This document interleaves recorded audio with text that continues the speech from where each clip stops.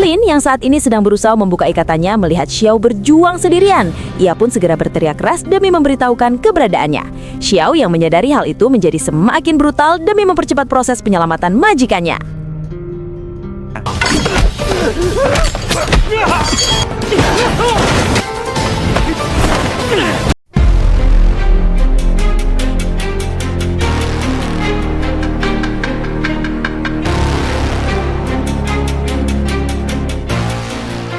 Setiap orang memiliki masa lalu yang ingin mereka perbaiki, namun tidak semua orang memiliki keberanian untuk menebusnya. Terkadang, satu kesalahan di masa lalu menjadi beban yang kita bawa seumur hidup, memaksa kita untuk memilih, tenggelam dalam penyesalan, atau bangkit untuk melindungi apa yang tersisa. Hari ini, kita akan melihat kisah tentang Xiao, seorang wanita yang hidupnya terhenti karena satu peluru yang salah sasaran. Namun, ketika takdir memberinya kesempatan untuk menjadi pelindung bagi orang lain, ia menyadari bahwa kekuatan sejati bukan terletak pada seberapa besar kita bertarung, melainkan pada seberapa besar tekad kita untuk menyembuhkan luka orang lain. Inilah perjalanan tentang keberanian, pengabdian, dan pencarian arti sebuah penebusan.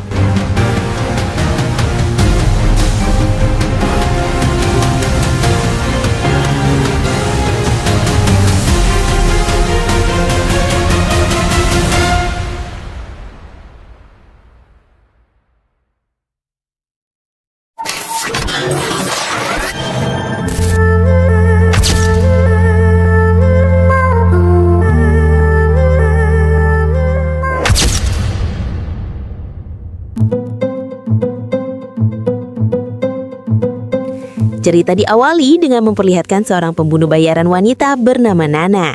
Dengan santainya, ia menghabisi seseorang yang diketahui merupakan supir pribadi dari anak ilmuwan paling terkenal di Tiongkok. 老爷，少爷的司机死了，现场发现了一张凶手留下的照片。 Mendengar hal itu, si ilmuwan yang menyadari bahwa kematian sang supir adalah ancaman bagi putranya, segera memerintahkan pengawal pribadinya untuk melindungi sang anak.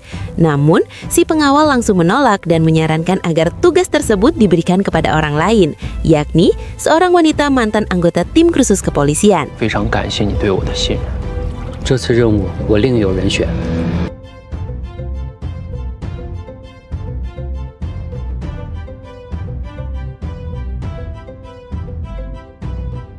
Inilah wanita yang dimaksud. Setelah cukup lama pensiun dari kepolisian, wanita yang diketahui bernama Xiao ini bekerja sebagai nelayan penangkap ikan. Sebagian dari hasil pendapatannya selalu disisihkan untuk seorang anak perempuan yang sempat menjadi korban penembakan saat dirinya masih menjadi perwira polisi.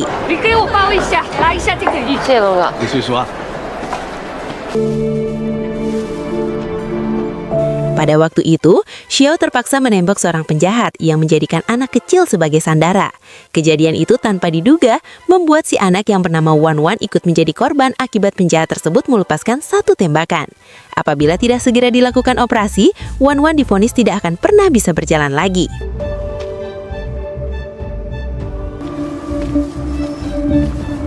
Setelah membeli makanan di pinggir jalan, Xiao yang hendak pulang ke kediamannya menyadari bahwa dirinya sedang diikuti oleh seseorang.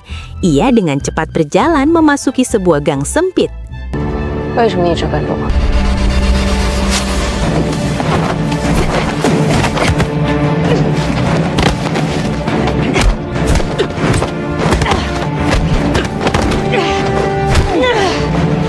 Pria tersebut bernama Gao yang sengaja menemui Xiao untuk menawarkan pekerjaan.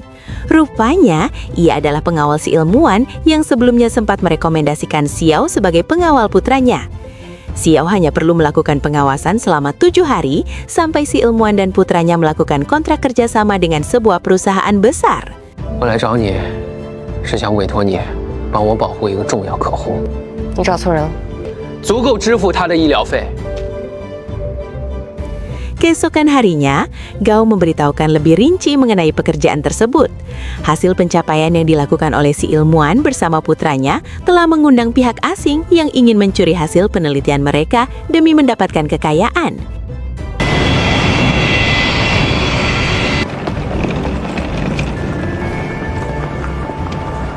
Singkat cerita, Xiao akhirnya tiba di bandara dan dijemput oleh seorang pria bernama Pete. Dalam perjalanan menuju tempat tujuan, Pete memberitahu Xiao agar memaklumi jika nanti mendapatkan perkataan yang kurang enak dari majikannya. Hal itu dikarenakan sang majikan belum mengetahui siapa Xiao maupun kemampuan yang dimilikinya.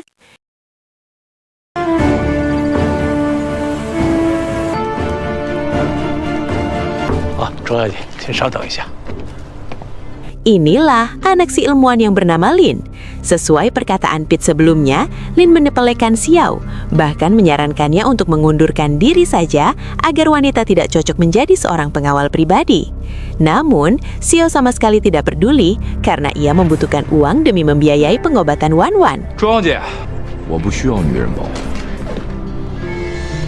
周小姐，不好意思。 Akibat hal itu, Xiao yang merasa tersinggung pun memprotes Gao karena tidak memberitahukan identitasnya terlebih dahulu kepada calon majikannya. Ia merasa tidak dihargai sekaligus tidak dibutuhkan di tempat tersebut. Namun, di tengah pembicaraan itu, Xiao menyadari adanya kejanggalan pada para pelayan Lin.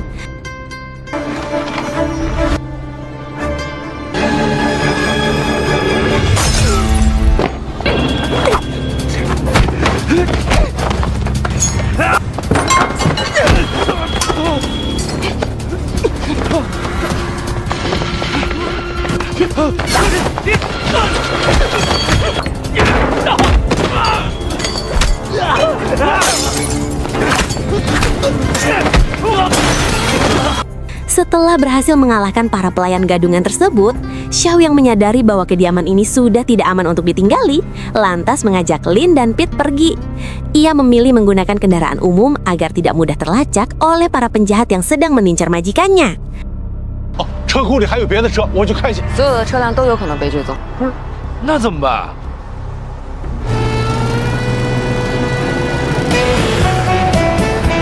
Malam harinya, Xiao memilih motel kecil untuk menginap.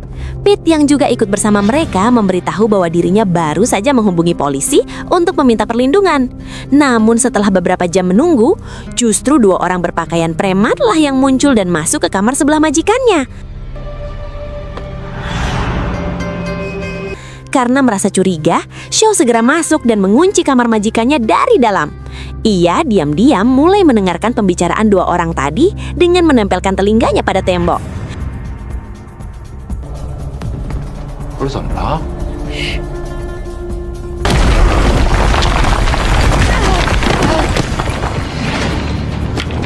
Apa yang terjadi kemudian? Ternyata dua orang tersebut merupakan bagian dari komplotan yang mengincar Lin. Si pembunuh bayaran yang memiliki postur tubuh besar tersebut langsung menyerang secara membabi buta, sehingga Xiao dan majikannya harus bekerja sama demi mengalahkan mereka.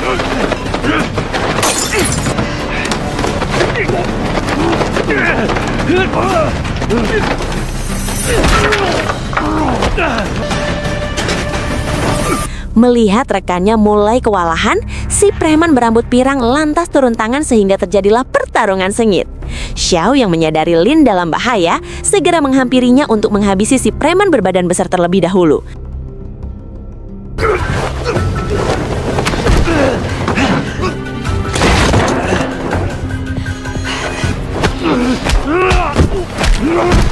Setelah berhasil dikalahkan, si preman pirang yang tidak terima melihat rekannya babak belur mencoba menggunakan pisaunya untuk menghabisi Lin. Namun, serangan yang dilancarkan justru meleset dan mengenai Pete.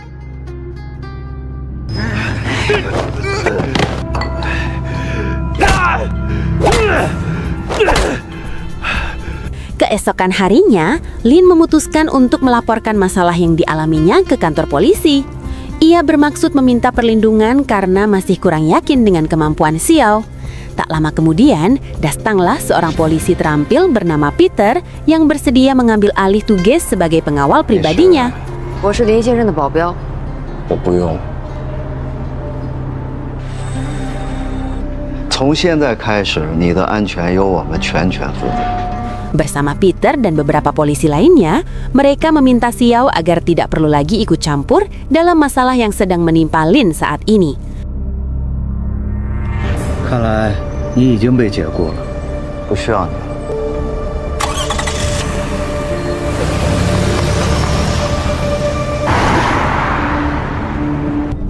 我们现在去哪儿？我一定会把你送到安全的地方。 Namun, Lin merasa ada yang janggal saat anak buah Peter tiba-tiba mengambil jalur lain. Hal itu seketika membuatnya sadar bahwa orang-orang tersebut bukanlah anggota kepolisian yang sesungguhnya. 我们长官是谁？别废话。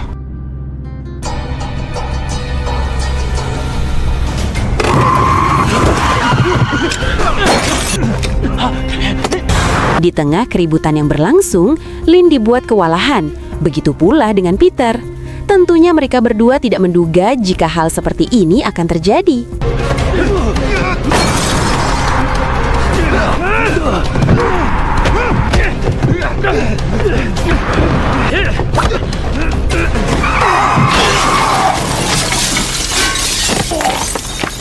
Setelah berhasil mengeluarkan Peter dari dalam mobil, para polisi gadungan itu segera membawa Lin jauh meninggalkan lokasi.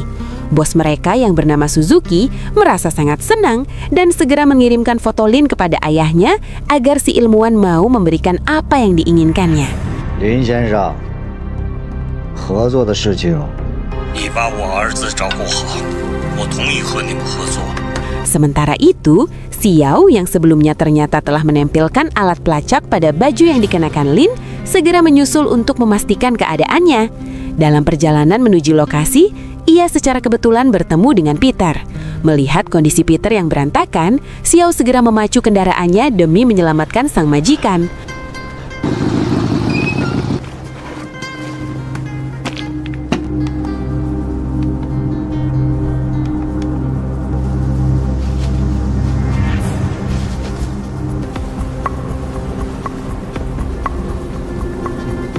Berlokasi di pinggir pantai, Xiao diam-diam naik ke atas kapal menggunakan tali yang menjulur di hadapannya.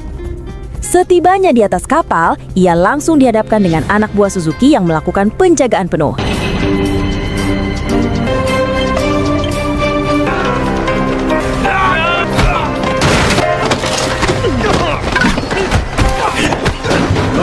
Di tengah keributan yang sedang berlangsung, Nana dengan santainya menikmati alunan musik meskipun ia menyadari ada penyusup di atas kapal. Ia menganggap dirinya mampu menangani Xiao seorang diri.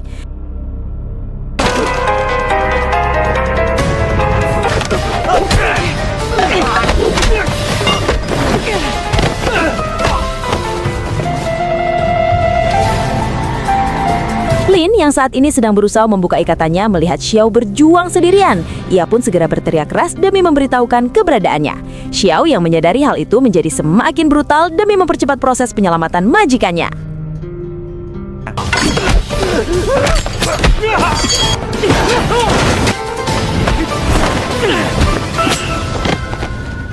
Setelah selesai menghadapi para anak buah Suzuki, Xiao segera masuk untuk menjemput Lin. Bersamaan dengan itu, Nana akhirnya memutuskan turun tangan dengan membawa senjata api.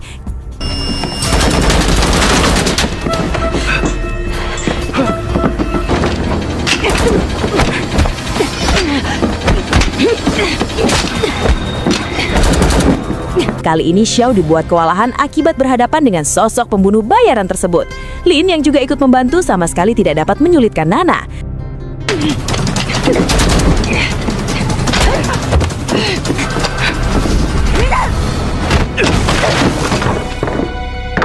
Beruntung di waktu yang sangat tepat, Peter tiba di sana dan langsung membawa mereka pergi menjauhi lokasi.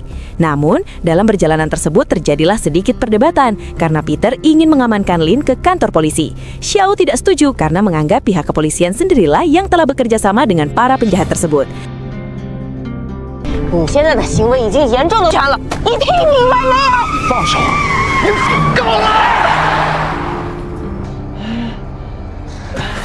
Tak berselang lama, Peter mendapatkan panggilan telepon dari atasannya. Ia seketika emosi setelah sang majikan menanyakan keadaan Lin saat itu. Ternyata memang benar bahwa pihak kepolisian sendirilah yang telah bekerja sama dengan para penjahat tersebut.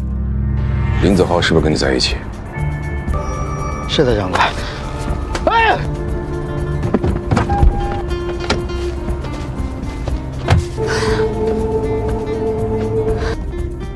Karena penasaran dengan alasan Xiao yang tetap bersikeras ingin membantu, Lin segera menanyakan hal tersebut kepada Xiao. Xiao akhirnya jujur bahwa dirinya ingin membiayai operasi Wan Wan karena merasa bersalah atas apa yang menimpa anak itu. 对于有些人来说，钱就是命。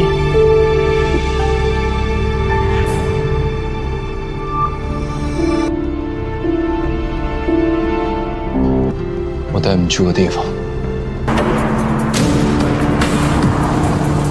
Tidak ingin membuang waktu, Lin segera mengajak mereka ke perusahaan untuk memusnahkan berkas hasil penelitian. Sebab jika berkas itu jatuh ke tangan Suzuki, maka tamatlah sudah perjuangannya bersama sang ayah. Setelah selesai dengan urusan itu, mereka melanjutkan perjalanan menuju sebuah laboratorium untuk mengambil sampel yang sudah jadi.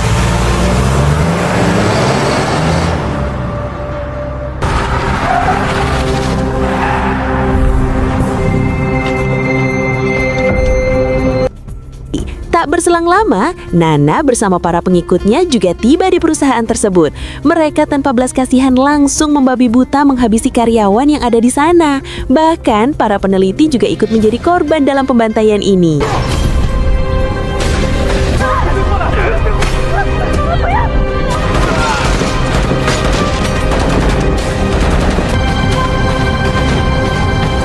Mengetahui hal tersebut, inspektur polisi yang menyadari bahwa Suzuki sudah melewati batas segera menemuinya secara langsung. Ia mengancam akan memberhentikan kerjasama apabila ada warga yang menjadi korban lagi. Alih-alih merasa bersalah, Suzuki yang sudah hilang akal justru menghabisi inspektur tersebut hingga tewas saat itu juga. 消消气儿，喝一杯。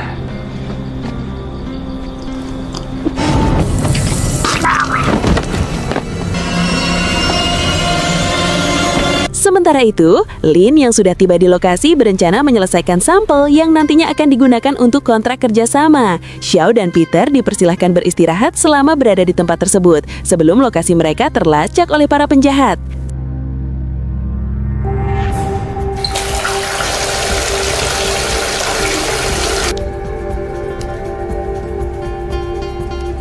Setelah membersihkan diri, Xiao menghampiri Lin yang masih sibuk menyelesaikan pekerjaannya. Xiao menceritakan masa lalunya saat terpaksa mundur dari kepolisian, yang rupanya ia sengaja dikeluarkan oleh ayahnya sendiri selaku jenderal polisi karena terlalu khawatir akan keselamatannya.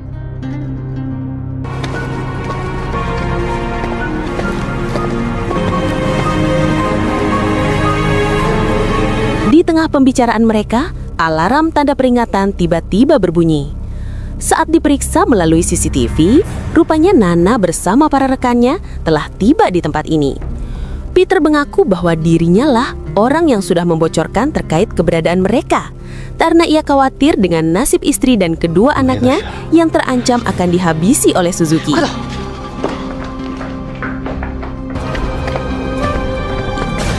Mengetahui hal itu, Xiao segera membawa Lin pergi untuk diamankan. Namun, baru saja keluar dari rumah, keberadaan mereka lebih dulu disadari oleh anak buah Suzuki. Tidak ingin terus melarikan diri, Xiao segera meminta majikannya agar menyelesaikan sampel penelitian. Sementara dirinya akan menghadapi orang-orang tersebut. 小心！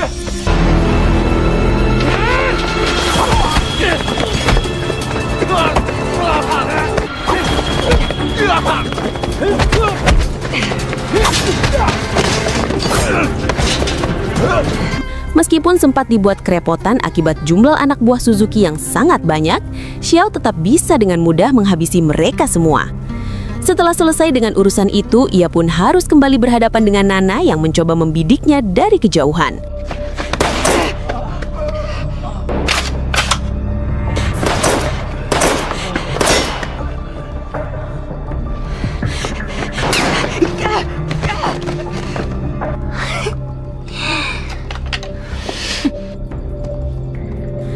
Dan beruntungnya, Xiao rupanya masih bisa bertahan hidup setelah peluru tersebut mengenai ponselnya.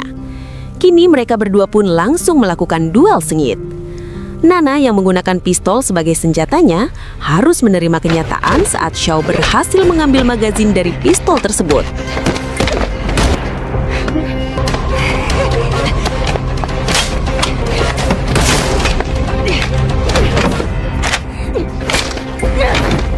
Nana kemudian menggunakan teropong pistolnya sebagai senjata tajam, di mana hal itu membuat pertarungan menjadi semakin seimbang, sehingga Xiao jadi lebih serius menghadapinya.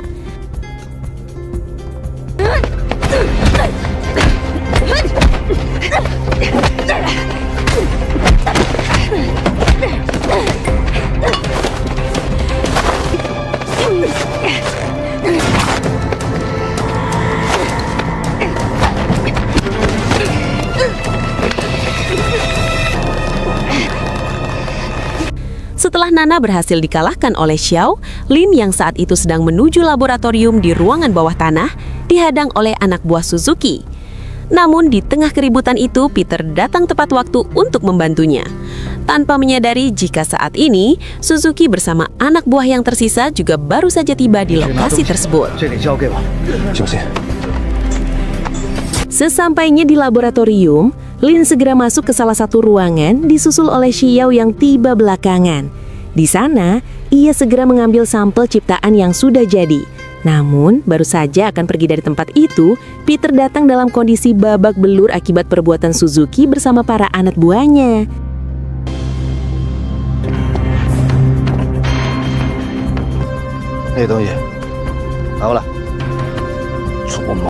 Demi mempertahankan sampel tersebut, Lin segera kembali ke ruangan sebelumnya, sementara Xiao berusaha menghentikan pergerakan anak buah Suzuki yang ingin merebutnya.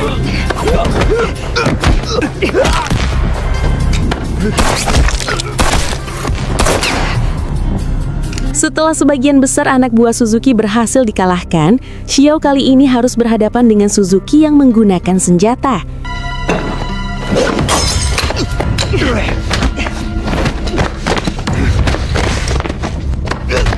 Di sisi lain, Lin yang sudah menyimpan sampelnya ke tempat yang aman justru mendapat masalah baru karena dua anak buah Suzuki ikut masuk ke ruangan itu. Namun, dengan kemampuan bela diri seadanya, ia terus mencoba bertahan hingga berhasil mengalahkan mereka.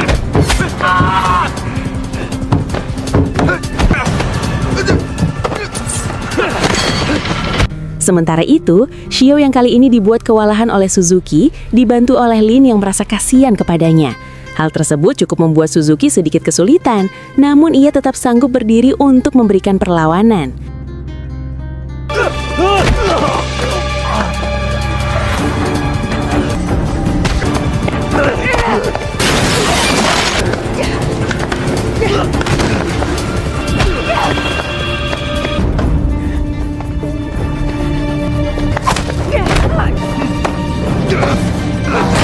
Dengan sisa tenaga yang dimilikinya, Peter yang juga tidak ingin berdiam diri pun kembali bangkit untuk membantu. Usaha yang dilakukan Peter membuat Xiao memiliki kesempatan untuk memberikan perlawanan balik.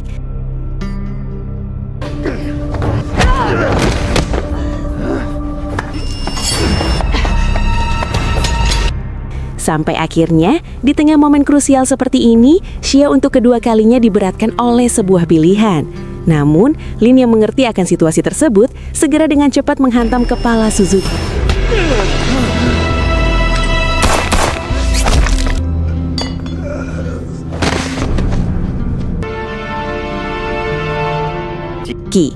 Singkat cerita, tibalah hari di mana Lin dan ayahnya melakukan kerjasama dengan perusahaan besar. Di tengah acara yang masih berlangsung, Gao juga datang menghadiri acara tersebut. Karena Lin penasaran di mana keberadaan Xiao saat ini, Gao pun menyarankan agar mereka pergi untuk menemuinya secara langsung. Dengan penuh perasaan bahagia, Xiao pergi ke rumah sakit untuk menjenguk Wan Wan yang baru saja selesai menjalani operasi. Di sana, Xiao dibuat terkejut tatkala menyadari bahwa majikannya ada di tempat itu. Setelah itu, mereka berdua lekas pergi ke pantai demi merayakan keberhasilan mereka, sekaligus merayakan kesuksesan operasi Wan Wan.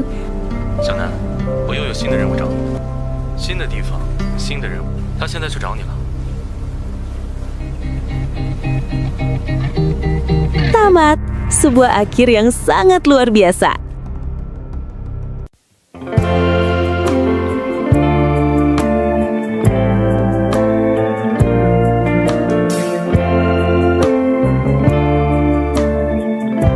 Kisah ini mengingatkan kita bahwa tidak ada kata terlambat untuk menjadi pahlawan bagi seseorang. Jangan biarkan rasa bersalah menghentikan langkahmu, tapi jadikan itu bahan bakar untuk melakukan kebaikan yang lebih besar. Karena pada saat kita berkorban demi kebahagiaan orang lain, disitulah kita menemukan kedamaian bagi jiwa kita sendiri. Berjuanglah untuk impianmu, lindungi mereka yang berharga bagimu, dan biarkan dunia mengingatmu lewat kebaikan yang kau tinggalkan.